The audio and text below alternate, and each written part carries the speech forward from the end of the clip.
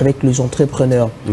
Comment vous allez les accompagner pour ceux-là qui ont déjà des projets, qui fonctionnent aussi, et vous faites comment avec eux, mais également pour ceux-là qui ont des idées, mais ils n'ont pas encore mis ça sur place? Alors, on a créé une prestation qui s'appelle l'accompagnement. Cette prestation se découpe en 4 points, 4 volets. Le premier volet, c'est ce qu'on appelle définir le projet. Définir le projet, c'est tout simplement essayer de voir à qui s'adresse la prestation ou l'objet que vous vendez, par exemple. Donc, on essaye d'étudier le terrain. Admettons, je vends du pain. Donc, je me dis, où sont mes clients? Qui sont les personnes qui vont acheter du pain? Quels sont leurs budgets? Quel est leur niveau de vie?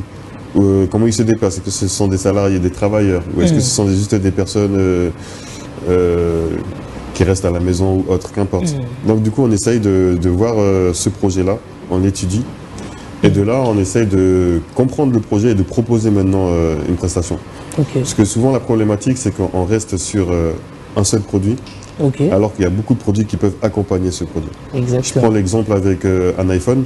L'iPhone, c'est le produit phare.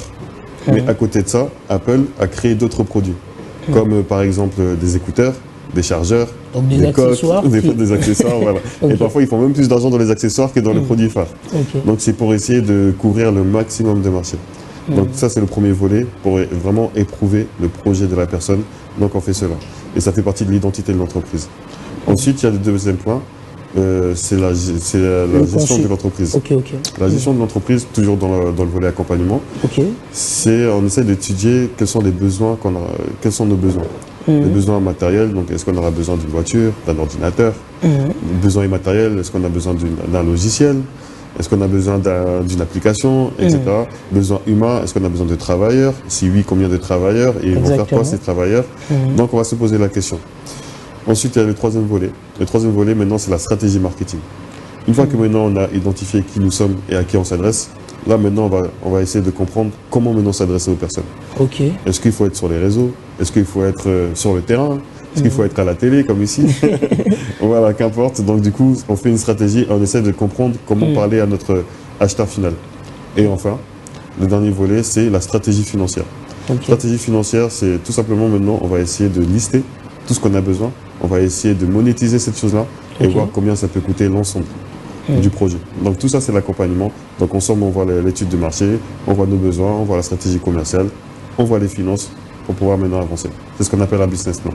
Exactement. Mais alors, vous savez que donc, les territoires sont un peu différents, c'est-à-dire les modes de vie exactement des entrepreneurs qui sont en Europe ou aux États-Unis est tellement différent avec ceux qui sont à Kinshasa. Alors, comment vous allez faire pour adapter exactement votre accompagnement, votre consulting, vos gestions comptables et également la formation? Alors, très bonne question. très bonne question. Il faut se mettre en fait dans la peau de l'acheteur. C'est-à-dire que si maintenant moi j'ai envie de m'implanter à Kinshasa, actuellement Kinaï Consulting est implanté à Kinshasa depuis presque 6 mois, j'étudie maintenant le marché. Je vois comment le Quinois réfléchit, le Congolais réfléchit, on donne des formations. Une formation en fait c'est tout simplement le fait de donner une forme à une personne, une bonne forme. Donc la personne a été penchée un peu et là on leur donne une bonne forme. Donc pencher c'est quoi? C'est qu'avec la réalité du pays, avec le manque aussi, souvent quand on a un manque et qu'on commence à avoir plus d'argent, on commence à vouloir se venger. C'est-à-dire à combler les manques qu'on avait qu'on avait avant. C'est-à-dire qu'avant, peut-être on mangeait une fois par jour, maintenant on va manger 5 fois par jour. Avant, on mettait les mêmes habits, maintenant on met plusieurs habits, etc. Alors que il faut utiliser cet argent comme un outil pour pouvoir maintenant développer encore les projets, comme on a tout à l'heure on a parlé. Essayer d'avoir des accessoires dans notre projet pour pouvoir maintenant évoluer. Donc nous, notre formation, en fait, ça sert à ça, c'est ce qu'on appelle l'éducation financière. On nous apprend en fait à gérer l'argent, à placer l'argent, et à ce que l'outil nous serve pour le lendemain. L'outil qui nous sert pour le lendemain, alors l'argent, comme on l'a dit, c'est un outil qu'on doit utiliser. Et pour bien le faire, il faut investir, donc pour avoir plus de revenus dans ce que nous sommes en train de faire. Et c'est vraiment un accompagnement à partir des idées pour nous permettre exactement d'asseoir, bien sûr, les entreprises. Alors, vous parlez également de stratégie. Beaucoup de jeunes qui nous suivent maintenant, partout dans le monde entier, vous êtes venu à Kinshasa, vous allez implanter Kinaï Consulting ici à Kinshasa. ou ça sera seulement au niveau de la France et que les gens vont vous écrire à tout moment pour le consulter de loin ou de près aussi, il y aura une équipe qui va gérer? Alors oui, déjà il y a une équipe déjà sur place de près, donc on a des comptables, on a des conseillers et aussi des personnes qui gèrent le marketing. Donc je ne suis pas tout seul, c'est vrai que je représente l'entité mais il y a plusieurs personnes derrière moi. Et moi si je suis venu à Kinshasa, c'est parce que déjà premièrement c'est mon pays, c'est mes origines. Donc je voulais implanter, enfin, je voulais évoluer, faire évoluer le pays.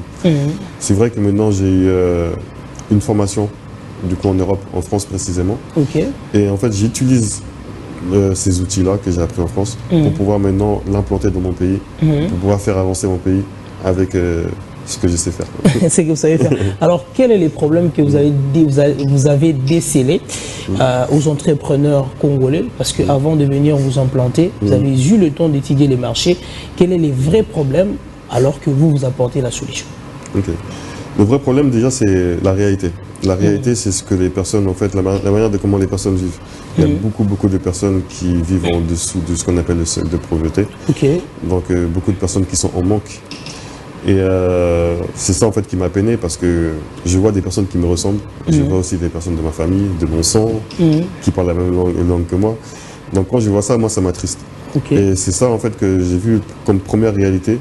C'est d'abord de comprendre ce que la personne vit. Ensuite, maintenant, la deuxième réalité, c'est en fonction de ce qui a été mis en place ici. Souvent, en fait, on met en avant le système européen ou le système autre, alors que pour moi, ici, il y a des vraies valeurs, il y a des vraies ressources. Il y a des vraies choses en fait à faire, mais ce n'est pas entre les mains des Congolais. Donc, du coup, ce que je suis venu faire à travers Instagram et sur Facebook. Ils écrivent au nom de Kinaï Consulting. Kinaï, donc K-I-N-A-Y Consulting comme on entend en anglais. C'était un réel plaisir pour nous de vous recevoir aujourd'hui et surtout de parler de l'entrepreneuriat. Je pense que les gens ont compris qu'il y a maintenant Kinaï Consulting qui peut les accompagner pour qu'ils réalisent leurs projets. Alors certainement il y a 2-3 personnes qui vous ont accompagné. Si vous pouvez justement leur remercier, saluer, ça fera du mal à personne. Oui, bien sûr. Alors déjà, je tenais à saluer Monsieur Robert, Monsieur Robert Olbou, qui est, on va dire, mon conseiller, mon assistant, mon associé ici. Donc il m'accompagne dans toute l'évolution de Kinaï Consulting. Je tenais aussi à remercier Hermès Massombo, qui est aussi mon frère, c'est lui qui est dans le marketing, donc il me filme, il m'accompagne dans tous mes déplacements. Je tenais aussi à remercier mon frère Miché Moutombo, qui lui se charge d'une autre filière de Kinaï Consulting dans les transports. Et je tenais à remercier Christian Timanga, qui lui est comptable. Exactement. Et Ridi Wissani aussi qui est comptable auprès de Kinaï Consulting.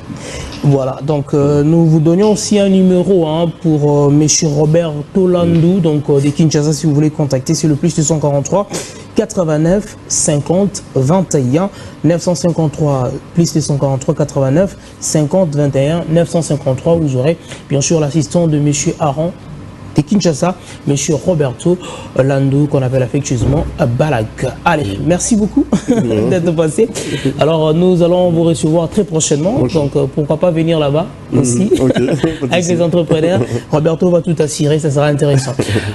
Ça en est fini pour aujourd'hui. En tout cas, un grand merci à vous tous. Vous étiez nombreux en train de suivre l'écran numérique, la grande matinale. On dit un grand merci à ces couples qui ne cessent de nous soutenir, le couple Berger Azobi, papa Ifin et maman Ginon CC Azobi. Merci pour votre soutien indéfectible, sans oublier Madiva Royal, la femme aux allures des anges. Et je salue également quelqu'un qui nous a suivis depuis quelque part avec sa femme. Il s'appelle Sambia Gloire, le cœur de Madame Bénédicte Kapombo, donc l'expert informaticien, Monvier Admirel, et Eric Molifoué, la carte qui gagne. Merci à la grande équipe technique qui nous a permis d'arriver chez vous, 5 sur 5, Geller Popo était là pour la réalisation et également Benitandou pour le montage. Nous disons également merci à l'Hierarchie pour la marque de confiance et l'assistance. Félicitations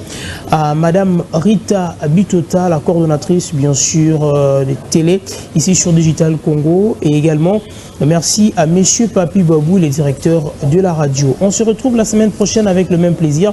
Demain, vous serez avec Jonathan Bilari pour le compte, bien sûr, du grand débat. D'ici là, portez-vous bien. On se dit quoi? Bonjour chez vous. Bye bye.